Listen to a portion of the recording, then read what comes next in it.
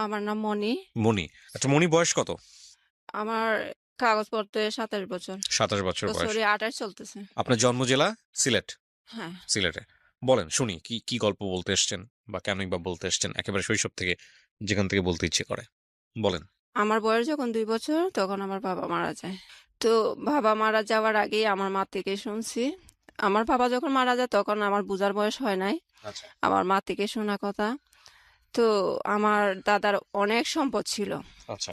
তো অনেক সম্পদ ছিল। আমরা আবার সৈয়দ বংশের মানুষ। হুম।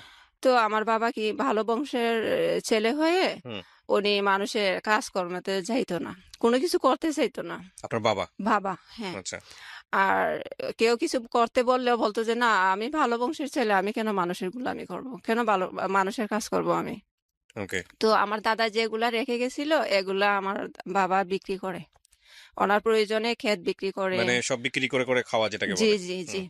তার মানে যেহেতু কিছু করে না, তো জীবনযাপন করতে গেলে তো কিছু করতেই হবে। বাড়ি আছে, বাড়ি বিক্রি করে। হুম। তো আমার মার বিয়ের হওয়ার আগ থেকেই উনি শুরু করছিল এগুলা বেচা করা, এই বিক্রি করা। হুম। আমার মা তেমন একটা কিছু পায় নাই, কিন্তু এত সম্পদ ছিল আমার বাবা নিজেও জানতো না কোথায় কি পড়ে আছে। হুম। তো আমার মা যতটুকু পাইছে, আবার বাবা মনে করতো শেষ হয়ে গেছে সম্পদ, কিন্তু অন্য মানুষ পাশের যে আছে, মালিক আছে, ওনারা কাগজপত্র ঠিক করার জন্য যাইতো আমাদের জেলায়। হুম। গিয়ে দেখতো আমার বাবার নামে বাড়ি আছে। ওই যেখানে আছে সেখানের নাম আসে, আমার বাবাকে বলতো যে তোমার নামে তো ওই বাড়িটা এখনো আছে। হুম। তো আমার আব্বা আবার কাগজপত্র ঠিক করে ওগুলা বের করে আবার বিক্রি করে ফেলতো। হুম। এমনকি ভাইয়া এত প্রচুর সম্পদ ছিল। আমার দাদা যখন বেঁচে ছিল, হুম। নাপিত বাসায় এসে ওনাদেরকে শেভ করে দিত, চুল কেটে দিত। এত সম্পদের মালিক ছিলেন? জি, মানে এটা আসলে গ্রামাঞ্চলে আভিজাত্য বোঝানো হয়, জি, জি। যেটা এখন আমাদের ঢাকা শহরে অনেকেই বাসায় গিয়ে সার্ভিসটা নেন, বাট ওই সময় গ্রামাঞ্চলে কিন্তু এটা আভিজাত্য, যেটা অনেকেই বুঝবেন না। হ্যাঁ, হ্যাঁ তারপরে? ভাইয়া। তো এগুলো এগুলো আমার এই দাদা ওনাদের নামে করে দেয় নাই, হুম। এমনিই দিছে আর কি, ওনারা বুক করে খাইছে। তো হুম। ওইটা আমার দাদার নামে যেহেতু রয়ে গেছে, আমার বাবা আবার পাইছে। আচ্ছা। তো আমার বাবা পাইছে যে ওইটাও আবার বিক্রি করে ফেলছে। আর একটা ক্ষেত এমন জায়গা আছে, এটা আমার কাজিন হয়। হুম। উনি এটা ওনার আন্ডারে নিয়ে গেছে, উনি বুক করে। তো হুম। আবার আরেক লোক আসি বলতেছে, এই ক্ষেত তোমার রয়ে গেছে, ওরা দখলে নিয়ে গেছে। তো তুমি এক কাজ করো, ওরা যেহেতু চাষ করে ফেলছে, তুমি এগুলার উপর দিয়ে যে ধান যে ভিতরে থাকে না, এগুলারে কি বলে আমাদের এলাকায় তো চুচা বলে, হুম। তো ওগুলা ছিটাই দাও। তাইলে ধান যখন করবো, পাকবে, তখন আপনি কেটে নিয়ে আসিও, দখল করার জন্য আর কি। তো হুম। এগুলো আমার বাবাই নিয়ে আসছে কেটে। এগুলা নিয়ে ঝামেলা হয়েছে, কিন্তু আমার বিচারশালীর যখন বসছে, আমার বাবাকে এই কেটটা দেওয়া হয়। হুম। তো এগুলা বলতে গেলে তো অনেক কথা, আমি এগুলা এখন সমাপ্ত দিচ্ছি আমার বাবার এখান থেকে। হুম। তো আবার কি করছে, অবশিষ্ট বাকি যেটুকু ছিল, আমার দাদু আর আমার ফুফু, আমার এক ফুফুই ছিল, আমার বাবা ছিল, ওনাদের ভাই বোন আর কেউ ছিল না, এক ভাই এক বোন ছিল। হুম। তো আমার দাদুকে আমার ফুফু করলো, মাথা ধুলাই করলো যে করো, কত সব বিক্রি করে ফেলতেছে। এক কাজ করো, তুমিও যেটা পাবা তোমার বাগেরটা, আর আমার বাগের অংশ যেটা আছে আমরা বিক্রি করে ফেলি। হুম। আর আমার যে এক্সট্রা বাড়ি আছে ওইটাতে তোমরা চলে আসো। ওকে। তো আমার পুকুর বাড়িতে আমার বাবা সহ আমার মাকে নিয়ে যায়। তো নিয়ে যাওয়ার পর আমার মাকে উনি ওনার মনের মতনই করে, কাজকর্ম করায়। হুম। তার মানে আমার বাবা যেহেতু বেকার, ও বড় বোনে যা বলে তাই করে। ওকে। আমরা এখন বর্তমানে আমার বড় বোনের আমার জন্মের আগেই বিয়ে হয়ে গেছে, সবার হুম। বড় যে বোন। হুম। আর এখন আমরা আছি ৩ ভাই বোন ওকে। আমার মাকে নিয়ে। তো আমার ফুফু যে বাড়িটা করছিল, হুম। বিক্রি করে আমাদেরকে দিছিল ওনার বাড়িটা। হুম। এখন ফুফু মারা যাওয়ার পর ফুফাতো ভাই কি করলো, বাড়িটা ওনার ওনার ২ বোন আছে, ২ বোনের নামে দিয়ে দিল। ২ বোনে কি করলো, অন্য মালিকের কাছে বিক্রি করে ফেললো। ওকে। তো বিক্রি করার পর আমাদের নামে কাগজ করে নাই, তো সেজন্য এখন ওনাদের বাড়ি ওনারা বিক্রি করে ফেলছে। এখন আমরা থাকবো কোথায়? আমার আম্মা কান্না করে আমার ফুফাতো ভাইয়ের কাছে গেল যে ইয়া আমরা এখন কোথায় যাব? বাড়িটা তো তোমরা করে আনছিলা, আমাদেরকে দিবা বলে আনছিলা, এখন হুম। আমরা কোথায় যাব? হুম। বলে, তোমাদের কোথায় যাবা, তোমরা আমরা এখন যেখানে আছি এখানে চলে আসো। আর তোমার আবার আমার বড় বোন আমাদের কাছে থাকতো, আচ্ছা। বিয়ে হওয়ার পর শ্বশুর বাড়িতে যায় নাই। স্বামী আচ্ছা। নিয়ে আমাদের এখানে থাকতো, আমরা যে বাড়িতে থাকতাম। ওকে। তো বলতেছে ওরা যেখানে যাওয়ার যাক, ওর তো বাপের বাড়ি আছে, ও যাওয়ার জায়গা আছে, ওরা চলে যাক, তোমরা থাকো, আমাদের বাড়িতে চলে আসো। হুম। তো এগুলো চালাকি আর কি, আমার আম্মা বুঝার বাকি নাই, যেহেতু আমার আম্মার জীবন কাটছে ওনাদের কাজকর্ম করে, উনিও তো চাইবো আমাদেরকে কাজকর্ম করাই রাখতো। হুম। হুম। তো আমার আম্মা কি করে বলে যে আমার বড় মেয়েকে নিয়ে এতদিন থাকছি, এখন যদি না থাকতে পারি তাহলে ওরা যেখানে যায় আমি সেখানেই যাব। হুম। তো আমার বড় দুলাভাই যেটা, ওইটা আবার ওনার এই বাপের বাড়ির দিক দিয়ে চলে গেছে, চাচাতো ভাই হয়, ওনার বাড়িতে জি। এক্সট্রা বাড়ি ছিল। তো ওখানে থাকে, আমরাও থাকি। ওদের ঘরের সাথে আমার আম্মা নিচু করে একটু বাড়াইছে আমরা থাকার জন্য। হুম। ঘরের সাথে আর কি এক্সট্রা একটু বাড়াইছে, জায়গা করছে আমরা হুম। থাকতে পারি মতো। হুম।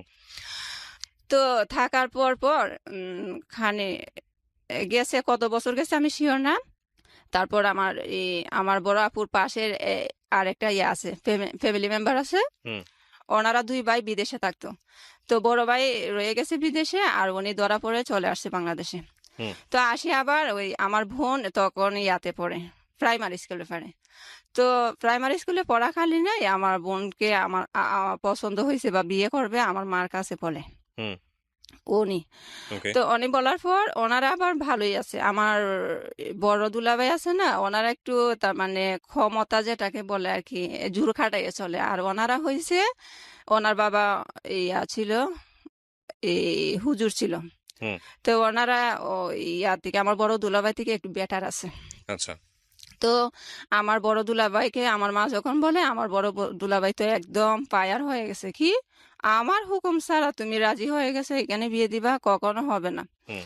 আমার বড় দুলাভাই বলতেছে ওনার ইচ্ছে, ওনার ছোট একটা ভাই ছিল বিয়ের বাকি। তো ওকে। আমার বোন যেটা মেজুটা, আমার বড় যেটা ওইটাকে ওনার ছোট ভাইকে দিয়ে বিয়ে করাবে, হুম। ওনার উদ্দেশ্য ছিল এটা। আর ভাইয়া, আমার বড় দুলাভাইটাই এমন অবস্থা আমাদেরকে রাখতো, তার মানে উনি যেটা বলবে সেটাই হবে। এখন আমার মা এটা মানে না। তো আমার মা কি করছে, এখানে থেকে তো পারবে না, যেহেতু ওনার দায়িত্বে আমরা আছি, ওনার বাড়িতে, ওনার ইয়াতে। হুম। এখন আমার মা কি করলো, এই আমাদের আত্মীয় বাড়িতে চলে গেল আবার, আচ্ছা। অন্য আরেকটা আত্মীয়র বাড়িতে চলে গেছে। হঠাৎ গিয়ে বলতেছে চলে আসছি গো তোমার ছেলের বাড়িতে। তো উনি, আমার ভাবিটা হেসে হেসে বলতেছে, বলে চলে আসছো তো ভালোই হয়েছে, থাকো। তো ওনাদের একটা বাংলা ঘর যেটাকে বলে, ওখানে আমরা থাকি। থাকার পর কিছুদিন পর আমার আম্মু কি করে, ওই যে লোক বলছিল আমার বোনকে বিয়ে করবে, হুম। ওনাকে সহ, ওনার বন্ধুও ছিল, ওনাকে সহ নিয়ে গেছে ওই কিশোরগঞ্জ, আমাদের আত্মীয় আছে। ওকে।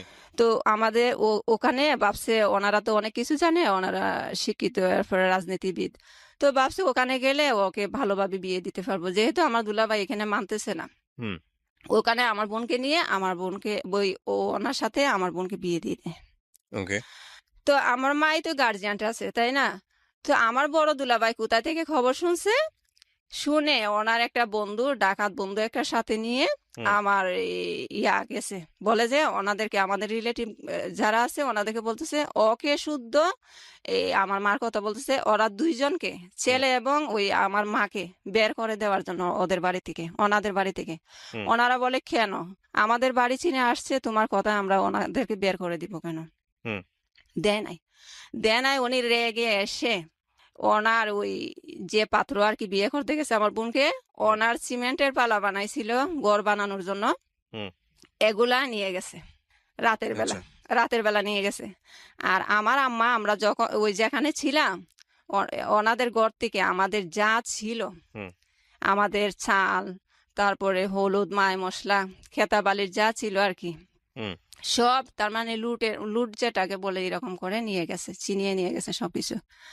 আমার মা তো ভাবছে না এত কিছু যে হবে, আসি দেখে সব শূন্য করে ফেলছে। আর আমাদের দূরের আত্মীয় স্বজন যারা ছিল ওদেরকে পটিয়ে ভুলভাল কি কি বলে এমন অবস্থা করছে, লাগে যে আমার আম্মা একদম নিকৃষ্ট একটা কাজ করে ফেলছে। হুম। তো এগুলা করে, আচ্ছা আমার আম্মু কি করলো, কোনো রকম এখানে একবার ওইখানে একবার, যেহেতু আমাদের একটা বাড়ি নাই, আমার দুলাবাড়ির কথা শুনে মানুষও অন্যরকম হয়ে গেছে। হুম। তো আমার মা একবার যাদের এখানে ভালো লাগে, ওরা আমাদের হয়ে একটু কথা বলবে, ওদের এখানে গিয়ে থাকে 1 মাস হুম। আমাদেরকে নিয়ে আর কি। 1 মাস আমাদের খাবারই খায়, কিন্তু হুম। ওনাদের ঘরে থাকার জন্য, যেহেতু আমাদের আশ্রয়ের জায়গা নাই, হুম। এইভাবে থাকতো। থাকি তো কিছুদিন পর আবার ওনারা যখন ভেজাল করতেছে, আমার বোনও আবার আমার পাল্টে গেছে। যাকে বিয়ে দিছে ও পাল্টে গেছে, দুলাভাইয়ের পক্ষে চলে গেছে। হুম। বলে যে আমিও ওর সংসার করবো না, ওই বিয়ে আমিও মানি না। তো কি করছে, ওরা জোর করে ডিভোর্স নিয়ে নেয় আচ্ছা। আমার বোন আর ওই ছেলের থেকে। আমার দুলাভাই তো একদম ক্ষমতাবান, হুম। গায়ের জোরে কিভাবে কিভাবে থাকতো আমি এতটা জানি না।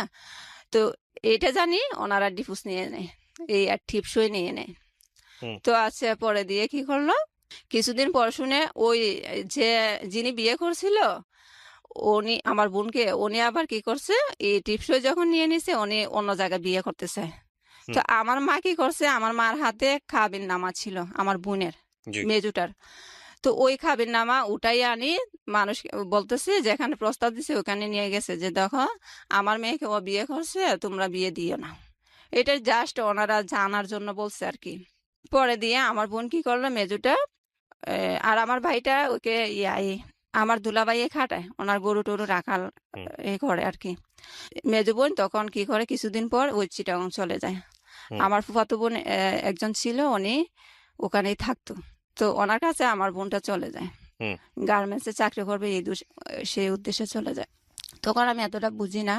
পরে দিয়ে কি করছি, যাওয়ার পর আসা যাওয়া করে আর কি, আসলে কিছু টাকা পয়সা আম্মাকে দেয় কোনো রকম চলার জন্য। হুম। তো এইভাবেই দিন যাচ্ছে। তো আমারও তো স্কুলে ভর্তি হওয়ার বয়স হয়েছে, তখন মানুষে আমার মাকে বলতেছে ও তো বড় হয়েছে, ওকে স্কুলে দেওয়ার বয়স হয়েছে, স্কুলে ভর্তি করাও না কেন। তো আমার মা বলে আর পড়াশোনা করানোর দরকার নাই, বেশি পড়াশোনা করলে ও বাধ্য হয়ে যায়, কথা শুনবে না। হুম। তো কি করে, আচ্ছা যাই হোক, যখন আমি বুঝি তখন আমি নিজে নিজে স্কুলে যাই।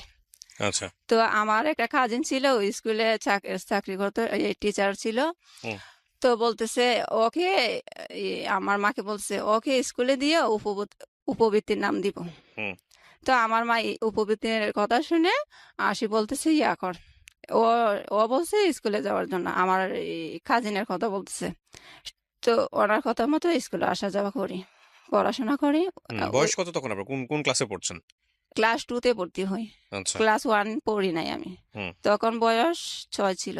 হুম। তো পড়াশোনা করতেছি, 2 থেকে পরীক্ষা দিয়ে যখন 3-তে উঠি, তখন আবার 3 ফাইনাল পরীক্ষা দেওয়ার পর আমার টিচার বলল যে তুমি তো পড়াশোনা ভালোই পারো, তোমার ক্লাস 4-এ পড়ার দরকার নাই, তোমাকে 5-এ দিয়ে দিই, আচ্ছা। তুমি ইয়া করবা, ওই বৃত্তি দিবা, তো হুম। বৃত্তি পাইলে তুমি টাকা পয়সাও পাবা, হুম। এরকম বলতেছে। তো আমি কান্না করি, না স্যার, সবাই আমার সাথে যারা ওরা 4 ক্লাস পড়বে আর আমি পড়বো না কেন? হুম। তো বলতেছে তোমারও ভালো হবে, তোমাকে প্রয়োজনে 2 বছর 5-এ রাখবো, তবুও তুমি ইয়া করো, স্কিপ করো, হুম। ফোর পড়ার দরকার নাই। তো আচ্ছা, ওনাদের যেরকম কথা সেরকমই ওনারা আমাকে 5-এর বই দেয়, আমি 5 পর্যন্ত পড়ি ওই স্কুল থেকে। হুম। বৃত্তি পাই নাই, বৃত্তির নাম দিছিল, পরীক্ষা দিয়ে আসছিলাম। জি। পরে এভাবে চলতেছিল। তো আমার আম্মাকে বলি, আম্মা আমার না ভালো লাগে পড়তে, আমি আমাকে হাই স্কুলে ভর্তি করাবা? আমার আম্মা কিছু বলে নাই, হুম। কিছু বলে নাই। পরে যখন দরকার হয়েছে তখন কি মনে করছে কি জানি, বলে আচ্ছা ভর্তি হয়েছি। হওয়ার পর এখন তো বই কোথায় থেকে পাবো, বই কেনার তো টাকা নাই। তো পাশের বাড়ির একজন থেকে পুরাতন বই আর কি, পুরাতন বই, উনি বলে আমাকে কিছু টাকা দিলেই হবে, আমার বই নিয়েছে। আচ্ছা। তো ওনার বই নিয়ে আসে, আমি এই বই দিয়ে পড়াশোনা করি। পড়াশোনা করে ক্লাস 7-এ উঠি। তখন আবার ওই আমার ভাই তো তেমন একটা কাজকর্ম করে না, শুরুতেই বলছিলাম। এই তো আমার ভাই যেহেতু কাজ করে না, আমার আম্মা অন্য মানুষ থেকে হাওলা টাকা আনে, হুম। গ্রামের বাড়িতে সুদের বিনিময়ে যে টাকা দেয় আর কি। তো আমার আম্মা মানুষ থেকে দাঁড় করায় এনে আমাদেরকে খাবার দাবার ভরণ পোষণ করে আর কি। এগুলা করতে করতে অনেক সময় এমন ঋণ হয়েছে, হুম। সুদে আসলে অনেক টাকা হয়ে গেছে। তো আমার আম্মা ইয়া করলো, আমাদের এখন বাড়ি ছেড়ে চলে যাবে। আচ্ছা। হ্যাঁ, বাড়ি ছেড়ে চলে যাবে। এখন আমার পড়াশোনা কি উপায় হবে? বলে যে ওখানে ওদেরকে বলবো তোরে স্কুলে ভর্তি করাই দিতে। ওখানে গেছি ভাইয়া, ওখানে গিয়ে দেখি হুট করে চলে গেছে আমার আম্মা, ওনাদের পারমিশনও নেয় নাই, ওদের বাড়িতে গেছে। তো ওনারা এতটা রাজি না। আমরা 22 সহ আমরা 3 জন, হুম। 3 জন মানুষকে কে রাখবে দায়িত্ব নিয়ে? হুট করে আমাদের তাও যদি কোনো একটা থাকতো, হুম। করার মতন কিছু থাকতো। তো ওখানে আবার বোঝা গেল থাকা যাবে না, তো চলে আসি। চলে আসার পর বাড়িতে আসি না, অন্য আরেকটা জায়গায় উঠি, আমাদের পাশের গ্রাম। হুম এখানে ওঠার পর আমি বলতেছি, আম্মা এক কাজ করো, তুমি ওনাদেরকে বললো আমাকে যাতে কোথায় দিয়ে দে, আমি পড়াশোনাও করব, ওদের কাজকর্ম করতে পারবো। হুম পড়াশোনার পাশাপাশি ওদের কাজ করলে তাইলে তো ওদেরও লাভ হইলো, হুম আর আমিও পড়াশোনাটা করতে পারবো। হুম তো আমার আম্মা বলতেছে, পারবে তুই কাজ করতে? আমি হুম বলি, হ্যাঁ পারবো। তো উনি আবার আমার কথা মতো আমাকে নিয়ে ওনাদের বাড়িতে যায়। বাড়িতে যাওয়ার পর আমার আম্মা বলে যে আমাদের তো কিছু দাঁড় করা আছে, তো ওর তো পড়াশোনা করে, এখন আপনারা যদি কিছু ওর পড়াশোনার দায়িত্ব নেন, তো আপনাদের কাজে একটু সাহায্য করবে আর কি। হুম ওরই টিচার ছিল, হাই স্কুলের টিচার ছিল, তো বলে ভালো কথা, আমি তোমাদেরকে টাকাও বেশি ছিল না, 10,000-এর মতো ছিল। হুম তো বলে 10,000 টাকা দিব, আর ওকে নিয়ে যাব, আর ওর ফাইনাল পরীক্ষাটা দিয়ে দাও। এই 7-এর ফাইনাল পরীক্ষার সময় ছিল তখন, বার্ষিক পরীক্ষা আর কি। হুম তো বার্ষিক পরীক্ষার জন্য বলে যে ওকে আবার বাড়িতে নিয়ে যাও, বার্ষিক পরীক্ষা শেষ হইলে টাকাও নিয়ে যাবো, আমি আর ওকে 8-এ ভর্তি করাই দিব। হুম পরে দিয়ে ভালো কথা আসছি। আসার পর পরীক্ষা দিয়ে গেছি ওনাদের বাড়িতে। আবার যাওয়ার পর ওনাকে কে মন্ত্র দিছে, টাকা দেওয়ার দরকার নাই, কি কি না কি জানি না কি বুঝছে, পরে দিয়ে উনি টাকা দেন, বলেন যে না, তখন তো বলছিলাম, এখন দিতে পারবো না। হুম তো টাকা যেহেতু দেয় না, তো এখন আর কি করব। পরে দিয়ে অন্য জায়গায় অন্য জায়গায় ওনার পিলকানা ঢাকায় থাকে উনি, আমাদের দূরের আত্মীয়, কাজ ইয়া হয়, চাচাতো বোনই হয়, ওনার কাছে আনে। তো ওনার বাবা বলছিল, ওনার বাবা আবার ডাক্তার, উনি বলছিল আমার মেয়ের কাছে গেলে ওর বাচ্চা কাচ্চাটা দেখলো, আর ওদের এখানে স্কুল আছে, ভিতরে স্কুল আছে, হুম পিলখানা ভিতরে স্কুল আছে, ওকে ভর্তি করাই দিলে ও পড়াশোনা করলো, যেহেতু আমরা নিজের মানুষ, গরিব হয়েছে তো কি হয়েছে। তো ওখানে আমাকে পাঠাই দেয়, পাঠাই দেওয়ার পর ভাইয়া, উনি তো ওনার মতো বলছে, আসলে ওনার মেয়েটা অন্যরকম। উনি শুধু আমাকে কাজ পারি আর না পারি, এই একটার পর আরেকটা, একটার পর আরেকটা কাজ দিয়ে রাখে, পড়াশোনার কোনো খবর নাই।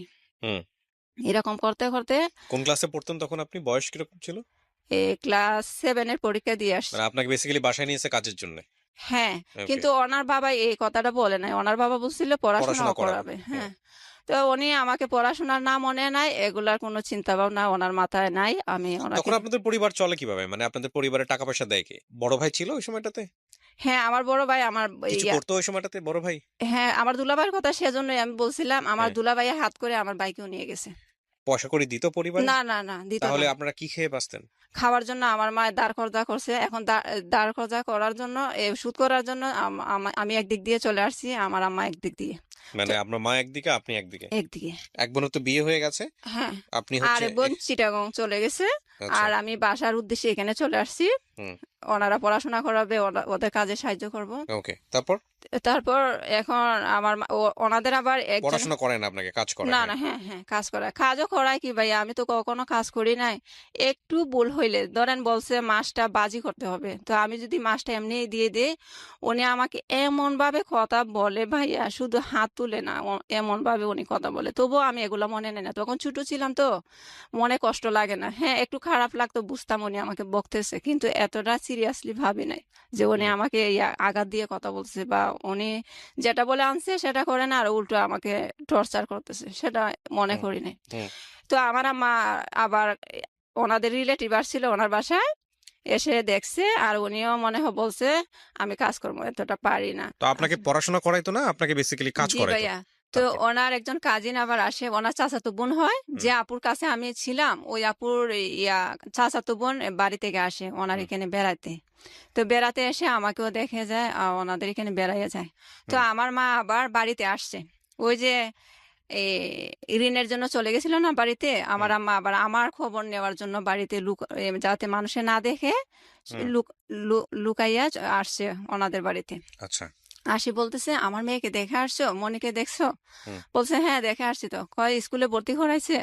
আর আমার আমার আম্মার কাছে ভাইয়া আমি বলতাম না, আমার আম্মা ওনার ফোনে ফোন দিয়ে ভালো মন্দ জিজ্ঞেস করতো, কিন্তু আমি বলতাম না স্কুলে যে ভর্তি করাই নাই। কেন বলতাম না? কারণ আমি কোথায় যাব বাড়িতে গিয়ে। আসলে তো যাওয়ার কোনো জায়গা নেই, জি, রাইট? হুম সেজন্য আমি বলতাম না। তো উনি বলতেছে কি, ওকে দিয়ে তো কাজ করা, ওকে কাজের জন্য নিচে, স্কুলে কেন ভর্তি করাবে? হুম আমার আম্মা শুনে ভাইয়া সাথে সাথে ওনাদের বাড়িতে গিয়ে স্ট্রোক করে ফেলছে। স্ট্রোক করার পর ডাক্তার দেখা পুরাই ডাক- ডাক্তার দেখায়? হ্যাঁ, আচ্ছা। তারপরে ওনারা আবার ফোন দিছে ওদের ফোন থেকে, বলে যে ওর মা তো অসুস্থ হয়ে গেছে, কালকের ভিতরে ওকে পাঠাইতে হবে। হ্যাঁ। বিকালে সন্ধ্যা 8টার সময় ফোন দিয়ে বলতেছে যে Okay. ওকে কালকে পাঠাইতে হবে, ওর মা স্ট্রোক করছে। হুম। তারপরে আমাকে ওনারা গাড়িতে তুলে দেয়, আমি বাড়িতে যাই। আচ্ছা। যাওয়ার পর গিয়ে দেখি আমার আম্মা অসুস্থ হয় কিন্তু স্বাভাবিক হয়েছে। কিছুদিন পর আমি বলছি, মা এখন তো তুমি স্বাভাবিক হয়েছো, চলে যাই আবার। বলছে কোথায় যাবে? আমি ওখানে। ওরা তো আবার চাইতে বলছে, হুম। বলে না না ওখানে আর যাবে না, তোরে আর দিব না ওইখানে। মানে ওখানে দিব না? হ্যাঁ। আচ্ছা।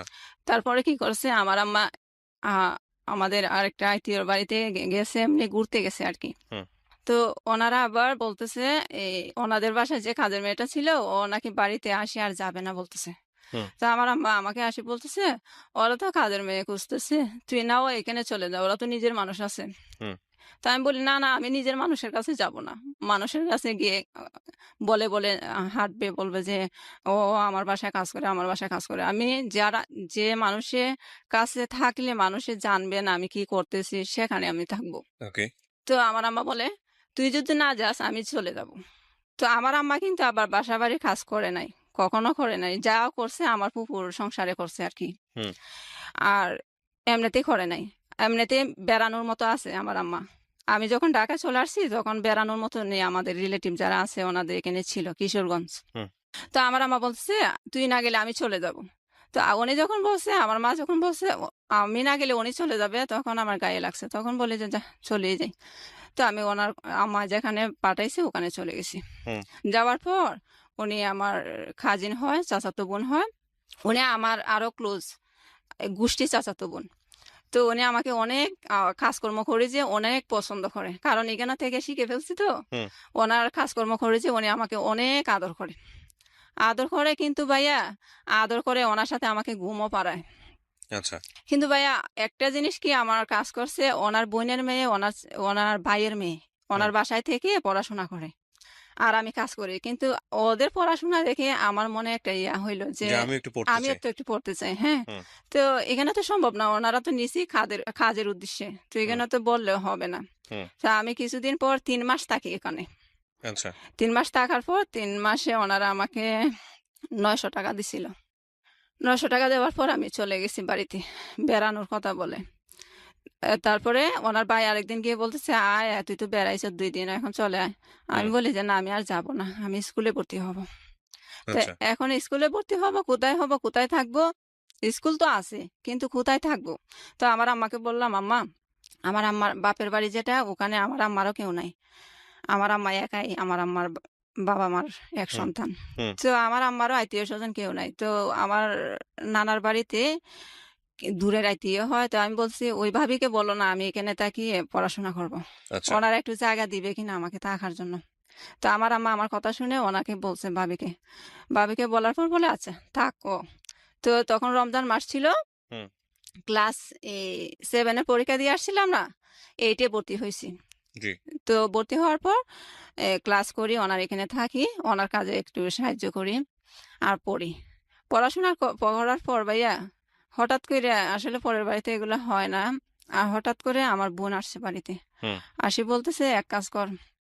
আর আমার কাছে এই কথাটা স্কিপ করছি, আমার কাছে মানুষ চলে যায় ঋণের জন্য, মানে চিল্লা আপনার কাছেও যেত এই ঋণ করার জন্য? চিল্লাচিল্লি করে, এখানে পড়ার জন্য পাগল হয়ে গেছে। গার্মেন্টসে যেতে পারস না, আমাদের ঋণ খেয়ে বসে আছে তোর মা কই, তোর মারা তো পাই না, তোর মারে খবর দে, তোরে বললি তোর মা আসবে, এগুলা আচ্ছা। বলতো। তো আমি অনেক মনের মধ্যে কষ্ট পাইতাম, পড়তে বসলে পড়তে মন চাইতো না, এগুলা নিয়ে চিন্তা করতাম। খুব স্বাভাবিক। জি। তখন আমার মাকে বলছি, আমার মা মনে হয় বোনকে বলছে, আমার বোন কিছুদিন পর আসে, ওই চিটাগঙ্গে যে থাকে উনি হুম। আসে, আমাকে নিয়ে গেছে চিটাগং। প্রথম যাই আর কি চিটাগং হুম। 2011 সালে। 2011 সালে যাওয়ার পর তখন আমার 18 বছর হয় নাই। আচ্ছা। আমার 18 বছর হয় নাই, এখন গার্মেন্টসে তো 18 বছরের কমে ইয়া নেয় না। নেয় না, হ্যাঁ। হুম। তো কি করছে, আবার বাড়িতে আসি আমার জন্ম নিবন্ধনের কার্ড বানাই, বয়স আরো 3 বছর বাড়াইয়া। হুম। 3 বছর বাড়ানোর পর ওখানে নিয়ে নিয়ে যায়, কাগজপত্র নিয়ে যাওয়ার পর ওনারা আমাকে ভর্তি করে। ভালো একটা চাকরি পাইছি, বলে আর কি, হুম। চেকার যেটাকে বলে, গার্মেন্টস চেকার, চেক করতাম আর কি। ওকে। ওগুলাতে ভালোই কাজ করছি, প্রায় 1 বছরের মতন ওখানে করছি। 1 বছর করার পর আমার মা বলতেছে, আর এই সুযোগে আমার বোন আছে না, ওই বোনের 10,000 টাকা নিয়ে আসি, ঋণ দিয়ে দে। ঋণ দেওয়ার পর তারপর তো এখন ঋণ যেহেতু কমে গেছে, আমার আম্মু বাড়িতে চলে আসছে। তো বাড়িতে চলে আসছে, এখন আমার আম্মা, তার মানে আমার চিন্তা, এখন আমি আর কেন চিটাগাং থাকবো, হুম। আমি বাড়িতে চলে আসতাম। মানে ঋণগুলো শোধ হয়ে গেছে হ্যাঁ ততদিনে? হ্যাঁ হ্যাঁ। আচ্ছা। তো আমার আম্মা বলতেছে, এক কাজ কর, তুই বাড়িতে চলে আয়। তো আমি বলি, বাড়িতে গিয়ে কি করবো, আমি তো পড়াশোনা বাদ দিয়ে দিছি, বাড়িতে গিয়ে কি করবো? কোন ক্লাস বাড়িতে পর্যন্ত পড়ছেন আপনি তখন? এইটে ভর্তি হয়েছিলাম, পরীক্ষা তো আর দিই নাই। পড়তে পারেনি, মানে হ্যাঁ, আপনি আলটিমেটলি হচ্ছে 7 পর্যন্তই বলা চলে। জি জি। হুম। তো আমি বলতেছি, এখন গিয়ে কি করব? বলে যে আবার স্কুলে ভর্তি হইতে পারবে। আমি তোর স্যারকে জিজ্ঞেস করছি, বলছে চলে আসলে তোরে আবার করবে, ভর্তি করাবে। আমি বলি, হুম। না না, আমি আর পড়বো না। পড়া নিয়ে অনেক হয়েছে, অনেক পেরেশানি করছি, হয় না এগুলো, এগুলো মনে হয় আমার ভাগ্যে নাই, আমি হুম। আর যাব না। কিন্তু মায়ের মন তো বারবার ফোন দিয়ে বলে, চলে আয় চলে আয়। আচ্ছা, না পড়লো তুই বাড়িতে চলে আয়, ওখানে দরকার নাই। তো হুম। আমি মনে মনে চিন্তা করছি, বাড়িতে চলে যাব, আমার তো এই দিক দিয়ে চাকরির জন্য হইতেছে না। তো আমি শুধু নামাজ পড়ি আর আল্লাহকে বলি, আল্লাহ তুমি একটা ব্যবস্থা করে দাও, আমি যাতে বাড়িতে গিয়ে কোনো কিছু একটা করতে পারি। আল্লাহর কি করে দাও, আমি আল্লাহর কি হুকুম, আমি বাড়িতে আসছি। একটা মেয়ে আমাদের বাড়িতে আসছে বেড়াইতে, ও আমাকে চিনে। ও যখন 8-এ পড়তো, আমি ক্লাস 7-এ পড়তাম। হুম। তো আমার বসে বলে, তুই পড়াশোনা বাদ দিয়ে দিছ? আমি কই, হ্যাঁ বাদ দিয়ে দিছি। কই, এখন চাইলে তো তুই উন্মুক্ততে ভর্তি হইতে পারস। হুম। তো আমি বলি, এটা কোন জায়গায়? তো ওর নাম বলছে, কই এখানে গেলে পারবে। তো ওর কথা মতো আমাকে নিয়ে আমি উন্মুক্ততে ভর্তি হওয়ার উদ্দেশ্যে যাই ওখানে। যাওয়ার পর তো ওনারা বলছে, আচ্ছা ঠিক আছে, উন্মুক্ততে ভর্তি হইতে পারবে। তো তখন কি করে, উন্মুক্ততে ভর্তি হওয়ার জন্য এই বয়স আর একটু বাড়াইতে হবে, কারণ 8 পাস সার্টিফিকেট দিতে হবে। তো হুম। 8 পাস সার্টিফিকেট দিলে, আমি তো 8 পাস করি নাই থেকে, বোর্ড থেকে। আর আমার তো বোর্ডের সার্টিফিকেট দেখাইতে গেলে হবে, সৃজনশীল হওয়ার পর হয়েছে আমার হিসাবে। হুম। তো ওনারা আবার বয়স বাড়াইয়া আমাকে 8 পাস একটা সার্টিফিকেট দিয়ে দেয়। আচ্ছা। 1994 সাল করে আর কি, আমার বয়স 1994 সাল করে। হুম। তারপরে ওখানে ভর্তি হই আমি। ভর্তি হওয়ার পর এসএসসি পাস করি ওখান থেকে। হুম। আর এর ফাঁকে দিয়ে উন্মুক্ত তো ভাইয়া এতটা ক্লাস করতে হয় না। তো আমি আবার করতাম, গার্মেন্টসে চলে যেতাম। আচ্ছা। গিয়ে 3 মাস 4 মাস করে করে আবার বাড়িতে আসতাম। আসি, যতদিন বাড়িতে থাকতাম, ক্লাস করতাম, আবার চলে যেতাম। আচ্ছা। তো এইভাবে আর কি 2 বছর অতিক্রম করি। এসএসসি পাস সার্টিফিকেট একটা পাই। তারপর? ঢোকার পর হঠাৎ করে আবার মাথায় ধরলো যে আমি তো এসএসসি পাস করছি, হুম। কাউকে জিজ্ঞেস করে দেখি আমি জেনারেল কলেজে ভর্তি হইতে পারবো কিনা। তো একজন বলল, হ্যাঁ হইতে পারবে। তো আমি আবার বাড়িতে চলে আসি, আমি একটা মহিলা কলেজে ভর্তি হই। হুম। এই ভর্তি হওয়ার পর ইয়ার চেঞ্জ পরীক্ষা দিয়ে আবার গার্মেন্টসে চলে যাই। আচ্ছা। গার্মেন্টসে চলে যাওয়ার পর একবারে একটানা নভেম্বর মাসে আসি বাড়িতে। হুম। এখন প্রায় ফাইনাল পরীক্ষার কাছাকাছি সময় চলে আসছে। তো এখন স্যার বলতেছে, তুমি এতদিন, আমাদের এই কলেজের নিয়ম আছে, তুমি যে এতদিন অ্যাবসেন্ট করছো, আমাদের কলেজে নিয়মিত ক্লাস করা তোমাদের সবাইকে বলে দিছি, নিয়মিত ক্লাস করবা। তো তুমি যে এত মাস আসো না, এখন কি পড়ছো আর কি পরীক্ষা দিবা? হুম। তো আমি বলি যে, স্যার হ্যাঁ আমি পারবো স্যার, আমাকে দেন। না না, স্যারে দিবেন আমাকে। বলে, তুমি 1 বছর পারলে এখানেই থাকো, তোমাকে আমি পরীক্ষা দিতে দিব না। অনেক করলাম, স্যারকে অনেক অনুরোধ করলাম, স্যার দিবে না দিবে না দিবে না। হুম। তারপরে আর কি করব, প্রিন্সিপাল স্যার যখন না করছে, আর কেউ তো কিছু বলবে না। আবার কি করলাম, গার্মেন্টসে চলে গেলাম। ওকে। গার্মেন্টসে চলে যাওয়ার পর আবার কাজ করলাম। কাজ করার পর এই যে আমার গরম লাগে, মাথায় স্কার্ফ পরে থাকি, গরমের দিনে আমার ভালো লাগে না, অধৈর্য হয়ে যায়। হুম। তারপরে আবার চিন্তা করলাম, এখন কি করব, গার্মেন্টসও যদি গরমের জন্য না করতে পারি, তাইলে আমার কি করার, আমি বাড়িতেই কি করব, আর কাজ না করলে তো আমার হবেও না। হুম। আর একদিন মুখ টুক বড় উন্না দিয়ে বেঁধে আমার বোন আবার দেখাইছিল, চিটাগং একটা কুলসি আবাসিক এলাকা আছে, হুম। ওখানে সব শিল্পপতিরা থাকে। আমার বোন একদিন আমাকে ওই রাস্তা দিয়ে নিছিল আর বলছিল, এলাকাটা দেখে আসলে মনে মনে হয়েছিল যে এখানে বড় লোক থাকে। তো আমি কি করলাম, ওই বোনে দেখাইছিল যে হুম। আমি ওখানে চলে যাই, গিয়ে কাজের মানুষ যাচ্ছে যে হুম। ওদেরকে ফলো করি। খাকে বললে ওরা আমার কথা বুঝবে বা আমার কথা বিশ্বাস করে একটা কাজ বের করে দিবে। হুম। সাহস করে হুট করে যে কেউ বলতেছিও না, আবার বলতে হচ্ছে এরকম। তো একটা আপুকে বললাম, "আপু, আমাকে একটা বাসা খুঁজে দিবেন?" উনি আমার চেহারার দিকে তাকাইয়ে বলে, তখন আরেকটু বয়স কম ছিল তো, আর এতটা ছিলাম না, এতটা টেনশনে ছিলাম না। তো উনি আমার চেহারার দিকে তাকাইয়ে বলে, "তুমি বাসায় কাজ করবা?" আমি কই, "হ্যাঁ, করব।" ও সত্যি বলতেছে বাসায় কাজ করবা? আমি কই, "হ্যাঁ, করব তো আপু।" তো উনি কি করছে, আমাকে উনি উনি ওনার বাসায় চলে যায়, আর যে বাসায় আমি কাজ করব একটা মানুষ খুঁজছে, ওই দারোয়ানের কাছে আমাকে দিয়ে দেয়। হুম। বলে যে, "ও বাসায় কাজ করবে, নিয়ে নাও, মেয়েটা ভালো আছে।" হুম। তো উনিও ওনার কথা মতো, আর আমাকে দেখে মনে করছে মনে হয় ভালোই, নিয়ে গেছে। নিয়ে যাওয়ার পর ওনারা জিজ্ঞেস করছে, "আর কোথায় কাজ করছো?" আমি বলি যে, "না।" তো বলে, "বাসার কাজ করতে পারবা?" আমি বলি যে, "হ্যাঁ, আমার একটু জানা আছে। অনেক আগে একবার করছিলাম। ওই হুম। যে ওই আপুর বাসাতে করছিলাম সেটা আরকি।" তো বলছি, তারপরে ওনারা, হ্যাঁ, আমাকে ঘর মোছা আর কাপড় ধোয়ার কাজ দিছে। আচ্ছা। করি। ওনারা খুব পছন্দ করে আমার পরিষ্কার করে কাজ। হয়তো একটু স্লো করি কাজগুলা, কিন্তু অনেক পরিষ্কার করে করি তো। উনি আমাকে অনেক পছন্দ করে। হুম। তো পছন্দ করার পর, আমাকে অনেক পছন্দ করার পর ওনার হাসব্যান্ড যখন আসে, হুম। ওনার হাসব্যান্ডের সামনে আমাকে বুঝায় আমি কোনো কাজকর্ম এতটা পারি না। জানি না কেন বুঝায়। তারপরে করে, কথাও রেগে কথা বলে। এমনিতে আমাকে এত সুন্দর ব্যবহার করে, কিন্তু ওনার হাসব্যান্ডের সামনে আমাকে রেগে কথা বলে। তো আমি তো আর এগুলো জানি না। পরে আরেকটা এই কাজের বুয়া ছিল, রান্না-বাড়ার কাজে সাহায্য করতো। হুম। উনি আমাকে একদিন বলতেছে, উনি কিছু বললে তুই কথা বলিস না।" আমি কই, "কেন?" ওনার হাসব্যান্ড ওনাকে এমনি ড ইয়া মশকারি করে বলছিল, "সিলেটের মেয়েগুলা ভালো, আরেকটা বিয়ে করবে সিলেটে।" হুম। তো তখন আমি বুঝতে পারছি, ও এজন্য মনে হয় উনি মনে একটু নিছে হুম। সেজন্য। হুম। তো পরে দিয়ে উনি আমাকে আরেকদিন বলতেছে, কর, তোর বুটের কাগজপত্র আছে না?" আমি কই, "হ্যাঁ, আছে।" বুটের এক দিস আমাকে, ১ কপি কাগজ দিস। হুম। তো আমি বলি, "খালাম্মা, আপনি তো ১ম এ বলেন নাই, এখন লাগবে?" "হ্যাঁ, লাগবে। তুই ঈদের সময় যাবে না, তখন নিয়ে আসবি।" আমি বলি, "আচ্ছা।" তারপরে ঈদের সময় ওনাদের দেশের বাড়িতে কুরবান দেয়, তখন কুরবানির ঈদ ছিল। ওনারা দেশের বাড়িতে চলে গেছে, আর আমি আমার যেখানে থাকতাম, গার্মেন্টসে চাকরি করার সময় যেখানে থাকতাম ওখানে আমি চলে আসছি। হুম। আসার পর মনে মনে বলি, বাসায় কাজ করব আর বুটের কাগজ দিব, না, ওইরকম করব না বলছি। আর একটা ম্যাডামের কাছে যাই। তো উনি বলছে, তোমার যখন লেখাপড়া আছে, আমার কাপড়ের দোকান আছে, এখানে তুমি থাকতে পারবা, তুমি আস্তে আস্তে শিখে ফেলবা। আমি বলছি, "আচ্ছা।" হুম। এখন ওখানেও কিছুদিন থাকার পর ওনার কাজের মেয়ে বুট উঠে নাই, বুট উঠাইতে বাড়িতে গেছে। এখন দেখা যায় সেম কাহিনী, উনি আমাকে দিয়ে কাজ শুরু করাইছে। উনি আর ওই নাম নেয় নাই। উনি যে আমাকে দিবে, এই কাপড়ের দোকানে কাজ শিখাবে, ওইটা করে নাই। মেয়েটা যতদিন আসে নাই আমাকে দিয়ে কাজই করাইতেছে। হুম।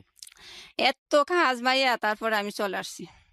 আর আমাকে তো কাজের কথা বলে নেয় নাই। তো আমি চলে আসছি। চলে আসার পর, আর এই সুযোগে ওনার শাশুড়ি ওনার বাসায় গেছিল বেড়াইতে। উনি আমাকে দেখে বলে যে, ও চিটাগাঙের মানুষ তো, বলতেছে, "তুমি করতে পারো না?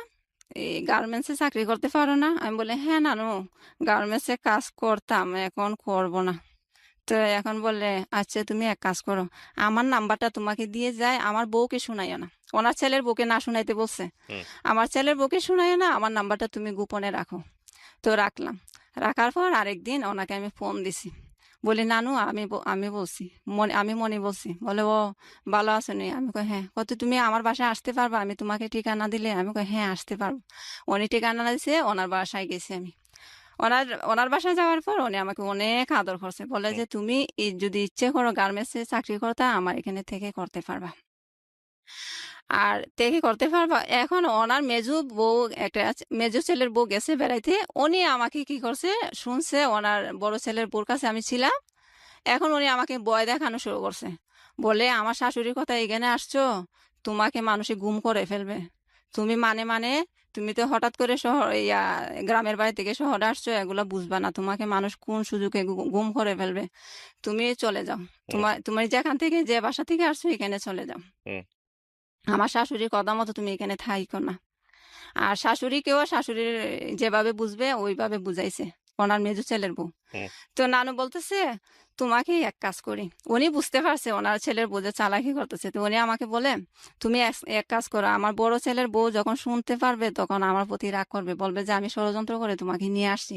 হুম। তুমি বরং এক কাজ করো, আমার ছেলে 2 বিয়ে করছে তো, তুমি বড়টার কাছে ছিলা, এখন ছোট বউর কাছে তোমাকে পাঠাবো। আমি জানতাম না উনি ওই মামা যে 2 বিয়ে করছে। হুম। তো তো বলে যে ওখানে তুমি চলে যাও। আমি বলি আচ্ছা। গিয়ে কয়দিন থাকো, তারপরে যদি তুমি চাকরি করো আমার এখানে আসতে পারবা, আর এখন আপাতত থাকো। তো মনে মনে বলে আছে যাই হোক একটা জায়গা তো পাইছি, আমার এক রাত থাকার জায়গা নাই, এখন আমি যেহেতু একটা কয়েকদিন থাকতে পারবো, আছে যাই। গেছি, যাওয়ার পর ওনার এই ছেলের বউ আমাকে অনেক আদর করছে। থাকতে থাকতে অনেক দিন থাকছি ওনার বাসায়, একটা মনে মনে চাকরি খুঁজি আর ওনার বাসায় থাকি। প্রায় 3 মাসের মতো থাকছি। হুম। থাকার পর উনি আবার ছিল, অন্য ধর্মের ছিল। তো অন্য ধর্ম থেকে মুসলিম হয়েছে, তো ওনার মা আবার মাঝে মধ্যে বেড়াইতে আসে। হুম। তো ওনার মা এটা মানতে পারে না, উনি যে আমাকে আদর করে। এই উনি কোথায় রেস্টুরেন্টে গেলে, অনেক টাকাওয়ালা তো, হুম। রেস্টুরেন্টে গেলে আমাকে নিয়ে যেত। উনি যেভাবে থাকে আমাকে এইভাবে রাখতো। কিন্তু ওনার মা এটা বুঝতো না, এটা মানতে পারতো না। হুম। ওনার মার উদ্দেশ্য হইলো ও কাজ করে না, আবার আইতিও না, কেন এখানে থাকতে দিছ, কেন থাকবে। আর ওনার কথা হইছে আমার বাসায় তো এমনও কত মানুষে খায়, আমি 3 জন কাজের মানুষ রাখছি, ও একজনে খেলে কি, হুম। উনি আমাকে এজন্য রাখে। আমি ওনার জন্য অনেক দোয়া করি, উনি আমাকে আশ্রয় দিছে, যে এমন ভাবে দিছে, অনেক সম্মানের সাথে দিছে। হুম। তো কিছুদিন পর একটা চাকরি পাই আমি। আচ্ছা।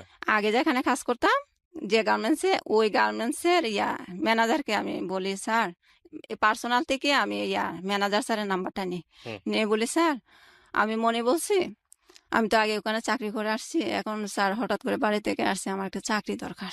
হুম। তো তখন কিন্তু ভাইয়া গার্মেন্টসে লোক নিতে নিষেধ হয়ে গেছে, সরকারের বেতন বাড়াইছে, তো তখন লোক নেওয়া নিষেধ। তো উনি বলতেছে আচ্ছা আমি করব, আগামী মাস থেকে যদি লোক নেয় তাহলে তোমাকে নিব, আর হুম। যদি না নেয় তুমি করতে পারবে না, কোনো কিছু মনে করতে পারবে না। আমি বলি আচ্ছা। তো 1 তারিখ হয়েছে রাতে, আমি 1 তারিখ হওয়ার আগে রাতে আমি ফোন দিই, ভাই আচ্ছা। স্যার, স্যার আমি কি আসবো কাল? তো বলে আচ্ছা কাগজপত্র নিয়ে আসিও। গেছি, ব্যাস উনি তো নানি সিনিয়র ম্যানেজার, তো ওনার কথা মতো আমার চাকরিটা হয়ে গেছে। হুম। নিয়ম হয়েছে ওই ফ্যাক্টরিটা অনেক ভালো। তো নিয়ম হয়েছে একবার চলে আসলে ওকে আর নিবে না। তো হুম। ওনারা আবার একদিক দিয়ে সিনিয়র ম্যানেজার বলছে নেওয়ার জন্য, আরেক দিক দিয়ে আমি যে এখানে কাজ করছি এখানে ফাইলপত্র দেখছে, আমার কোনো কমপ্লেন আসেনি যতদিন চাকরি করছিলাম, এর ভিতরে আমার নামে কোনো অভিযোগ আছে কিনা, দেখে যে না, নাই, তো আমাকে নিছে। নেওয়ার পর এখানেও কিছুদিন কাজ করি, করার পর তো আমি আমাকে দেয়, ধারণা দেয় যে তুমি এক কাজ করো, তোমার তো পড়াশোনা আছে, এই অনার্স 3 কথা বলে আর কি, ও তো বললো তোমাকে কাজটা দিয়ে শিখায় নাই, দেয় নাই, তো আমি একটা দোকান কিনবো, তুমি পারবা চালাইতা, হুম। আমিও তোমাকে সাহায্য করব, আমি তোমাকে শিখাইবো, আমিও শিখবো, আর তারপর আমরা দুইজনে এটা মিলেমিশে করবো। হুম। তো আমি মনে মনে বলি তাইলে তো আমার জন্য ভালোই হয়। তো আমি বললাম হ্যাঁ মামি, যদি হয় তো দেখেন। তো এগুলা করলো। তখন আমার মাথায় ওনার কথা শুনে একটা ধারণা চলে আসলো যে আমি আমি ওনাকে আবার কথাটা বললাম যে মামি, আমি যদি টেইলার্সের কাজ শিখে করি, কাপড়, আপনার কাপড়ের দোকানও দেখলাম, আবার আমি টেইলার্সের কাজ জানি, নিজে সেলাই করলাম, ডিজাইন করে এগুলা বিক্রি করলে তো আরো ভালো হবে। তো উনি বললে হ্যাঁ করতে পারো। তো ওনার এখানে থেকে চাকরি প্রায় 1 বছরের মতো করছি ভাইয়া। হুম। ওনার এখানে এতদিন থাকি নাই, আমি আলাদা বাসা নিছি পরে দিয়ে, চাকরি পাওয়ার পর। হুম। চাকরি পাওয়ার পর আমি এই কথাটা ভুলে গেছি, চাকরি পাওয়ার পর ওনার এখান থেকে চলে গেছিলাম, কারণ চাকরি ছিল না দেখে ওনার কাছে ছিলাম। কিন্তু ওনারা বড় লোক মানুষ, এটা সম্ভব না আসা যাওয়া করা প্রতিদিন। আমার বিবেকে বাধা দিছে, উনি বলে নাই যেতে, আমি নিজে থেকে অন্য জায়গায় বাসা নিয়ে চলে গেছি। হুম।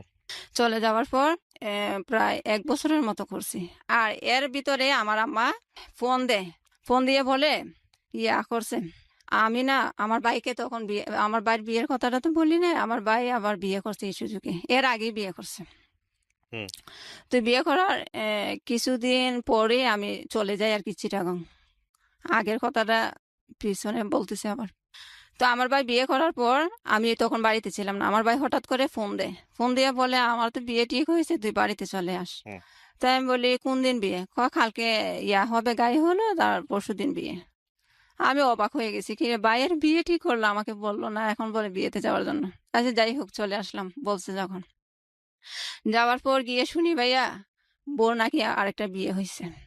তখন আমার লাগে এত একটা কষ্ট লাগছে, এক ভাই বিয়ে করবে আমাকে শোনায় নাই, তাও আবার মেয়ের আগে একটা বিয়ে হয়েছে। হুম অনেক কষ্ট লাগছে মনে। তা আমি আবার আমার মাকে কেউ না শুনে মতো বলতেছি, মা বিয়ে করাইতেছো, মানুষে খুঁজে এক মার এক ছেলের কাছে বিয়ে দিবে, মানুষে অনেক খুশি হয়, খালি ঘর, এক মার এক ছেলে, কোনো ঝামেলা নাই। তো তুমি ঝামেলা নাই তোমার ছেলের, জানো তুমি বিয়ে করাবো, কেন বিয়ে করাবা? হুম তো বলে আমার বড় দুলাভাই আছে না, উনি পছন্দ করছে। তো পছন্দ করছে, উনি আবার গাঁজা খায়। তো ওনার যে মেয়ে পছন্দ করছে, ওনার ভাইও গাঁজা খায়। তো দুইজন গাঁজা খাওয়াতে বসছে, ওরা বিয়েটি করে ফেলছে। এখন কি করছে, এখন আমার আম্মাও আমার দুলাভাই যেটা বলছে সেটাই করছে। আচ্ছা বিয়ে করেছে, বিয়ে করার 2-3 মাস পর আবার আমি চিটাগং চলে যাই। পর চিটাগং চলে যাই, ওই চাকরিটার কথা বললাম যে চাকরিটা পাইছি। তো হুম আমি তো আলাদা বাসা নিয়ে থাকি। তা আমার আম্মার প্রতি তখনও এতটা টান হয় নাই আমার, কারণ ভাইয়ের সাথে থাকবে, ভাই একটু দেখাশোনা করতেছে। হুম তো আমার আম্মা যখন আমাকে ফোন দেয়, ভালো মন্দ জিজ্ঞেস করি। হুম আর এই সুযোগে আবার আমার আম্মা ওইখানে চলে যায়। হুম আমার আম্মা অনেকবার ওই কিশোরগঞ্জ গেছে, আমাদের রিলেটিভ যেখানে আর কি, কোনো সমস্যা হইলে ওখানে আবার চলে যায়। আচ্ছা মোল্লারদর মসজিদ পর্যন্ত যেটাকে বলে আর কি। তো ওখানে আবার আমার আম্মা চলে গেছে। তো বলতেছে, জি বাড়িতে ভালো লাগে না, তেমন একটা সুবিধার না মনে হয়, ও আমার কাছে ভালো লাগে না। তো ওর কাছে আমি, ওকে আমার ভাইয়ের বউ, ওর কাছে 50টা টাকা চাইছিলাম, আমি গাড়ি ভাড়া দিয়ে এখানে আসার জন্য, ও আমাকে, ওর হাতে টাকা থইও আমাকে দেয় নাই। তো এই কথাটা শুনে আমার অনেক কষ্ট লাগছে। তো কি করছে, আমার যখন চাকরির প্রায় 6 মাস চলতেছে, তখন আমার বোন চিটং যেটা আছে, ও বলতেছে, আম্মা এতদিন পরের বাড়িতে মানুষে কয়দিন মেহমানের মতো রাখে, হুম ওরা কি মনে মনে ভাববে, বলবে যে ছেলে মেয়ে রেখে পরে আছে আমাদের এখানে। তো এক কাজ করি, আমরা এখানে নিয়ে আসি। তো আমি কই, আচ্ছা নিয়ে আসো। তো তখন কি করে, আমার ভাই আর আমার ভাইয়ের বউ চিটং চলে যায়। আচ্ছা চিটং চলে যায়।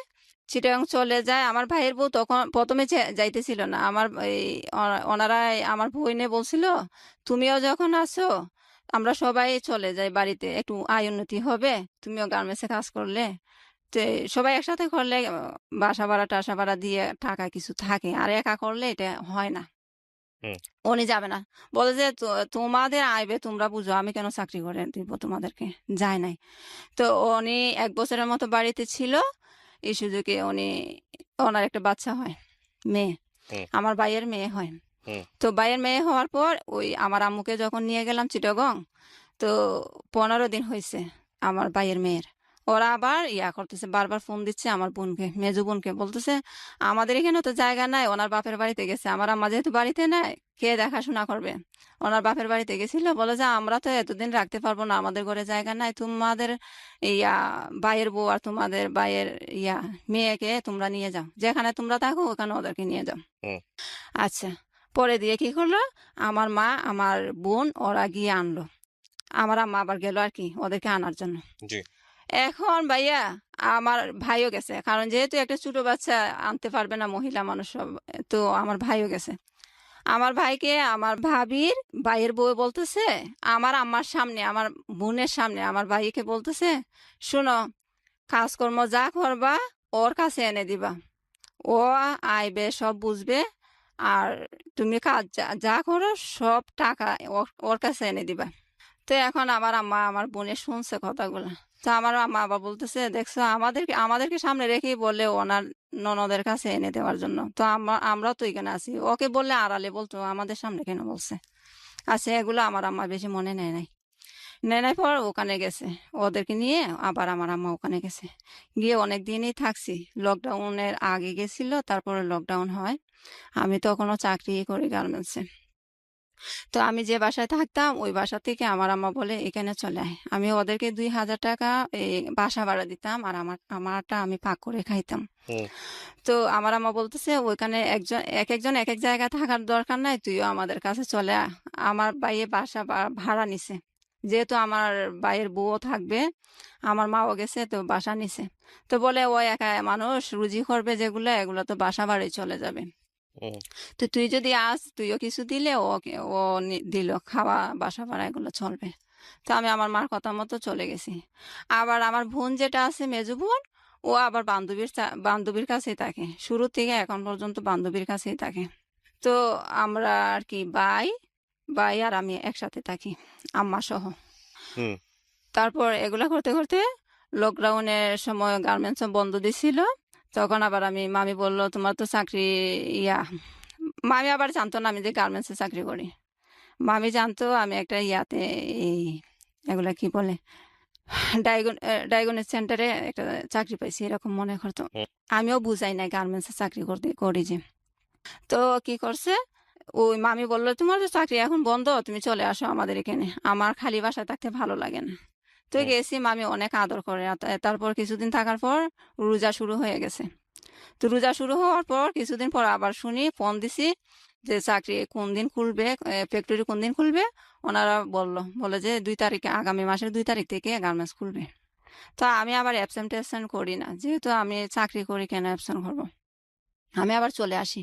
চলে আসাতে মামি বলে, এখন তো সবকিছুই বন্ধ, তাইলে তুমি চলে যাচ্ছ কেন, থাকো না, তোমাকে এখানে কি হয়েছে, তুমি থাকলে তো আমার ভালো লাগে।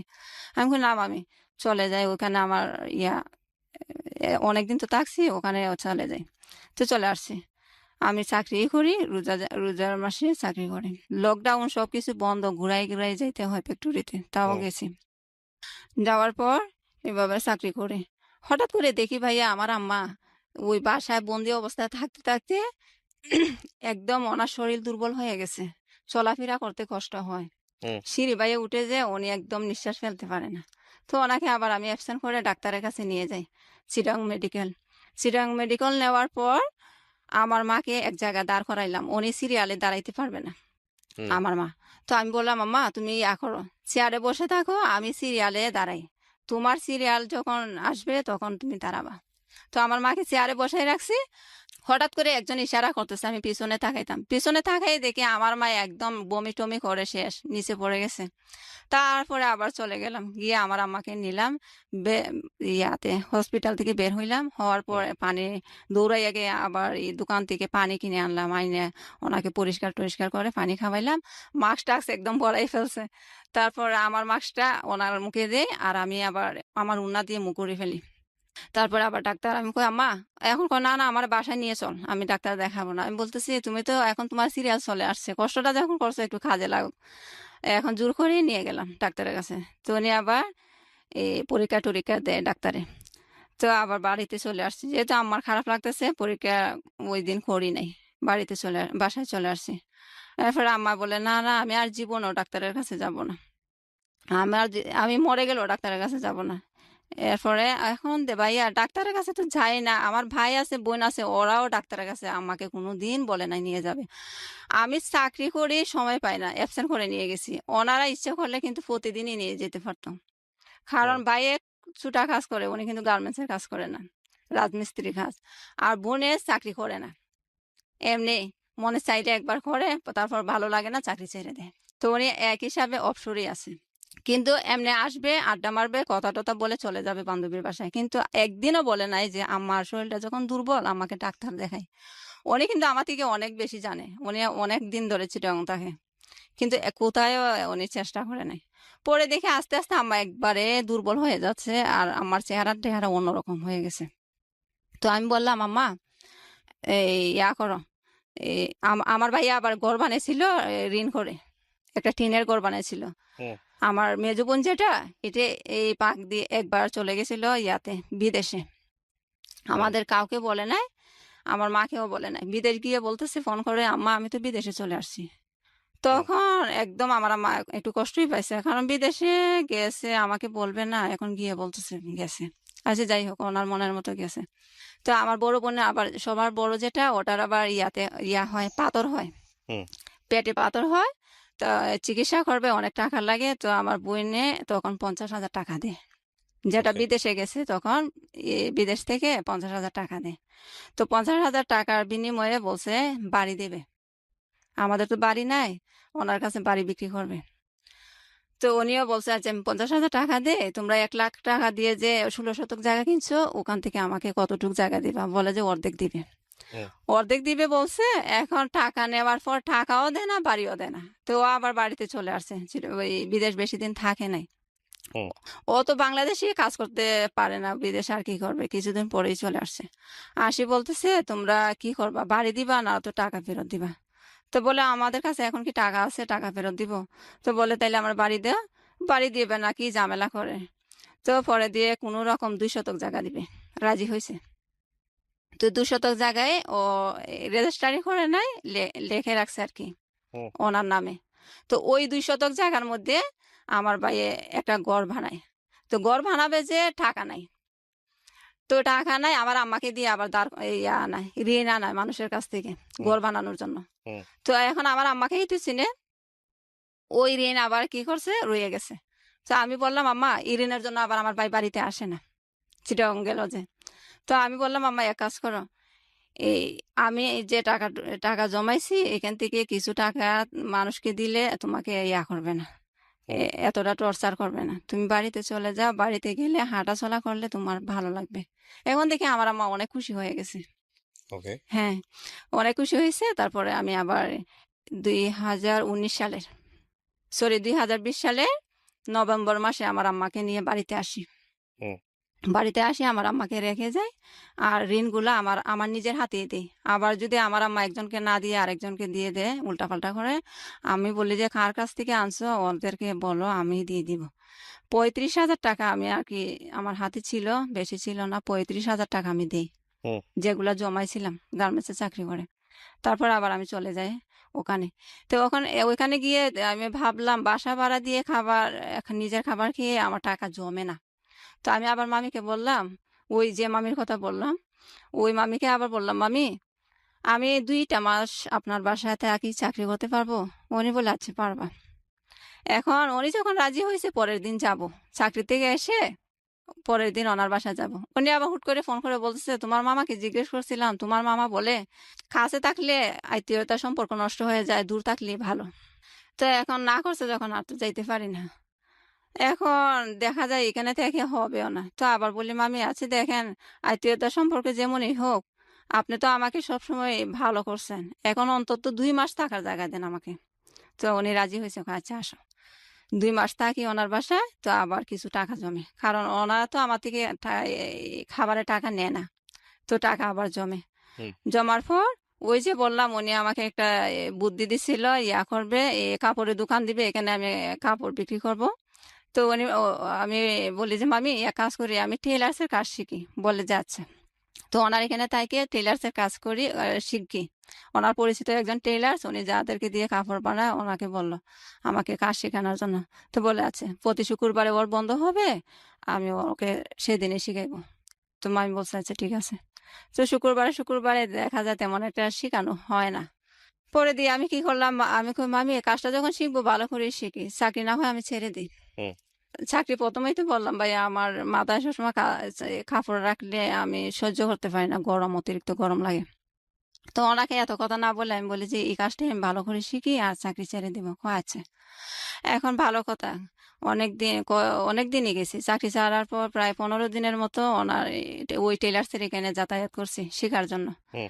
তো শেখার জন্য হঠাৎ করে আবার আমি এই মাথার চুলের সমস্যার জন্য একজন ডাক্তারের পাই, খবর পাই যে এখানে একজন ভালো ডাক্তার ঢাকার থেকে প্রতি শুক্রবারে যায়, মৌলভীবাজার। হুম। আমি আবার আমাদের বাড়িতে যাই, বাড়িতে গিয়ে মৌলভীবাজার ওই ডাক্তারকে দেখানোর জন্য ডাক্তারের কাছে ফোন দিই যে, স্যার, আমার তো এরকম এরকম সমস্যা, মাথার চুলও লম্বা হয় না, চুল পড়েও যায়। তো বলে, আচ্ছা, তুমি শুক্রবারে আসিও। আমি তো গেলাম। বাড়িতে যাওয়ার পর শুক্রবার যেদিন হয় সেদিন গেলাম ডাক্তারের কাছে, ডাক্তার দেখাইলাম। হঠাৎ করে একদিন ফোন আসছে। আসি, মামি বলতেছে, ফোন করে মামি বলতেছে, আচ্ছা, মনি, তোমাকে জায়গা দিয়ে কি আমি অপরাধ করছি? আমি, কেন মামি? কয়, এখানে যে, আমি আবার বলতাম না, আমি আবার ওই মামির কাছে এই জিনিসটা গোপন করছি। ইয়া আমার ভাই যে ওখানে থাকে, আসলে তখন থাকতো না আমার ভাই, বললাম না, পড়ে গেছে। হুম। আর আমি বলছিলাম যে আমার ভাই আমার ছোট। কারণ কি, যদি বলে আমার বড় ভাই, তো বলবে এত আশ্রিতা হিসাবে থাকে, নিজে চাকরি করে, এত বড় ভাই রেখে ভাইয়ে ভাইয়ে বোনকে দেখতে পারে না, ওইটা মনে করবে দেখে আমি বলছিলাম আমার ভাই আমার ছোট। হুম। এখন কি করছে আমার বোনের কাছে উনি একদিন ওনার ফোন দিয়ে কথা বলছিলাম আমার বোনের কাছে। ওনার কাছে নাম্বারটা রয়েছে তো আমার বোনের কাছে ফোন দিছে। দিয়ে উনি বলে আমার বোনে ফোন দিয়ে ওনাকে বলছে আর আমার বোনে বলে উনি ফোন দিয়ে বলছে। আমি আসার পরপরই বিলি ফোন দিছি। দিয়ে বলে আচ্ছা মনি কোথায় এখন আছে? আমার বোনকে বলে। তো আমার বোন তো ইচ্ছে করলে বলতে পারতো যে আপনার বাসায় থাকে, ও আপনাকে বলে যায় না কোথায় গেছে? এটা না বলে বলে কেন আমি তো শুনছি ও বাড়িতে গেছে। আপনি জানেন না? কয় হ্যাঁ আমিও জানি বাড়িতে গেছে। তাইলে আপনি আমাকে জিজ্ঞেস করতেছেন কেন? কয় না জিজ্ঞেস করতেছি আসলে কি গেছে নাকি। তা ও তো ও তোমার কি হয়? আমার বোনকে বলতেছে। তো আমার বোন বলে আমার বোন হয়। ও তোমার বোন হয়, ও তো বলছে তোমরা কেউ এখানে থাকো না। হুম। আসলে ভাইয়া আমি প্রেস্টিজ ঠিক রাখার জন্য বলছিলাম না। জি। কারণ বলছিলাম আমার ২ বোনের বিয়ে হয়েছে, ওরা স্বামীর সংসারে আছে আর ভাই আমার ছোট। হুম। কারণ যাতে কোনো না হয়, মানুষের ভিতরে যাতে কোনো সন্দেহ না লাগে যে বোন হইয়া বোনকে দেখে না, ভাই হইয়া ভাই বোনের দায়িত্ব নেয় না। এগুলা যাতে মানুষে মনে না করে। সেজন্য আমি বলছিলাম আমার ভাই ছোট আমার থেকে। হুম। তো এগুলা যখন আমার মামি শুনছে, আমার ভাইও ওখানে থাকে, আমার বোনও ওখানে থাকে, ভাই বিয়ে করছে, ভাইয়ের একটা মেয়ে আছে। এগুলা শুনে মামিও কি জানি হুট করে এত বিশ্বাস করলো, এত সম্মান করলো, হুট করে মামিও উল্টে গেল, পাল্টে কেমন জানি রং পাল্টে ফেললো। এখন আমাকে বলতেছে যে, তোমাকে কি অপরাধ করলাম, তুমি আমার কাছে বলো নাই, তোমার কাছে তো আমি সব কিছু বলছি, আমার শ্বশুর শাশুড়ি আমাকে কি করে না করে, তুমি কেন বলো নাই, তুমি কেন গোপন রাখছো? আমি বলি যে মামি এটা আমি গোপন রাখছি, আমি চাইছিলাম না এগুলা বলার জন্য। তো এখন যখন জেনেই ফেলছেন, এটা তো বেশি অপরাধ করি না আমার মনে হয়। তা আচ্ছা এখন কি করব? কয় এখন কি করবা?